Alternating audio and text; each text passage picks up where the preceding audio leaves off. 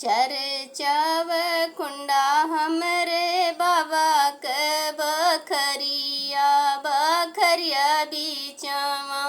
रानी जवाना बाना वाली बखरिया बीचवा घोड़वा चढ़ल आम राजा महाराजवा की जना लेत्या हो हमरा बनल जवनवा की जना लेत्या हो हमरा बनल जवनवा की जना लेत्या हो कैसे कजई रानी तोहर जवनवा तूल सुंदरी हो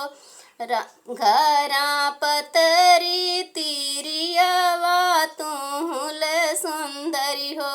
घरा पतरी तिरियावा तूल सुंदरी हो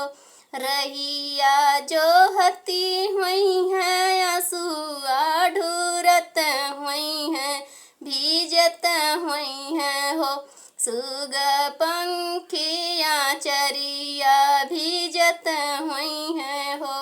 सुगा पंखिया चरिया भीजत हुई है हो चरचाऊ खुंडा हमरे बाबा के बखरिया बखरिया बीचवा रानी गेड़ुआ भरवली बखरिया बीचवा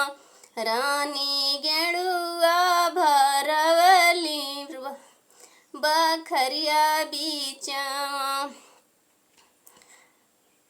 बखरिया बीचवा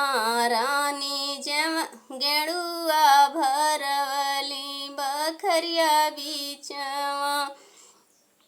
घोड़वा चढ़ल आम राजा महाराजवा की जैना ले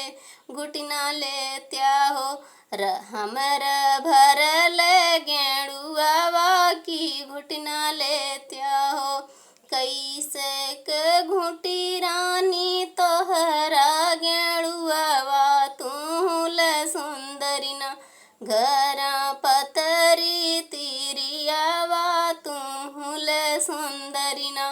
घरा पतरी तिरियावा तूल सुंदरी ना रहिया जो हत हुई है ढूरत हुई है आंसुआ भीजत हुई है ना सुगा पंखिया चरवा भीजत हुई है ना सुगा पंखिया चरवा भीजत हुई है ना चरचाऊ खुंडा हमरे बाबा के बखरिया बखरिया बीचवा रानी बीरवा लगमली बखरिया बीचवा घोड़वा चढ़ल आम राजा महाराजवा की कुछ न लेत्या हो हमर बनल बीरउआ की कुछ न लेत्या हो कैसे के कुची रानी तोहर बीरउआ तूला सुंदरी ना घरा पतरी तिरियावा तूल सुंदरी ना रहिया जो हत हुई है ढूरत हुई है आंसुआ भीजत हुई है ना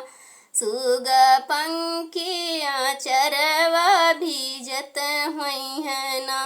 सुगा पंखिया चरवा भीजत हुई है ना